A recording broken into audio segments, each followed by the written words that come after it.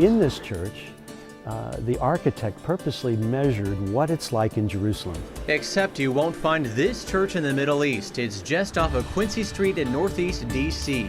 Back in 1899, monks began building full-size replicas of Holy Land shrines with close attention to detail. So here in our church, we're climbing up to Calvary. If you touch it there, you're touching the top of the original place where Jesus was crucified. Using the Church of the Holy Sepulchre as the model, friars measured the distance between Calvary and what is believed to be the tomb of Jesus. The distance is a lot shorter than you would think. Yes, exactly. And that's what I was trying to impress on people who come here, that Jesus was buried within a very short distance of where he died. Visitors can then walk inside the tomb.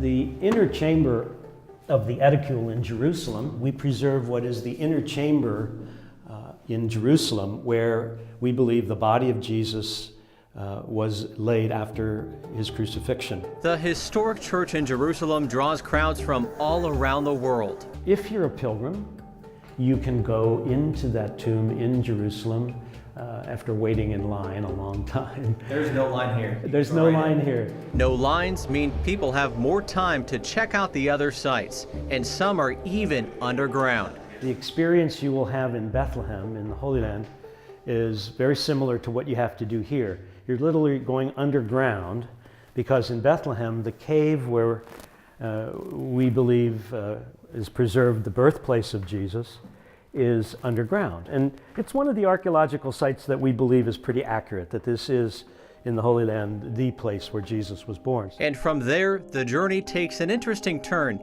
to a somewhat darker place. The Franciscan who built this place was, I like to say, he's kind of the Walt Disney of his time. And his imagination led to Roman catacombs in the monastery. Granted, you won't find them in Israel, but it's based on history and one of the more popular attractions. The early Christians were no different. They also buried their dead in the catacombs. And in Rome, this goes for, what, miles? Miles and miles. 900 miles to be exact, with an estimated 9 million graves. The catacombs no doubt feel ancient. They're a series of dimly lit passages, but no need to worry, as the graves are all fake.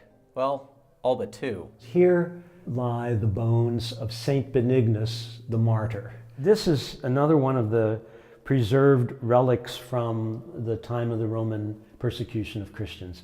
And we call this Saint Innocent. Again, that's not his real name, but it's a child. 2,000-year-old bones buried for centuries in Rome and later brought to the U.S.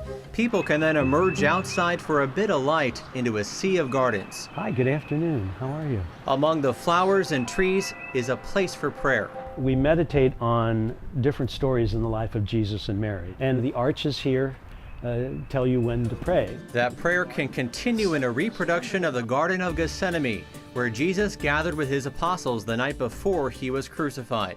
There in the Holy Land is a grotto much like it is here. Very similar artwork. It's a low ceilinged place, and I've taken pilgrim groups there, and we have we might have a prayer service in this grotto.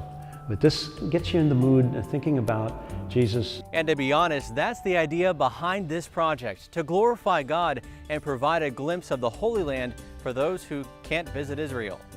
Ben Kennedy, CBN News, Washington.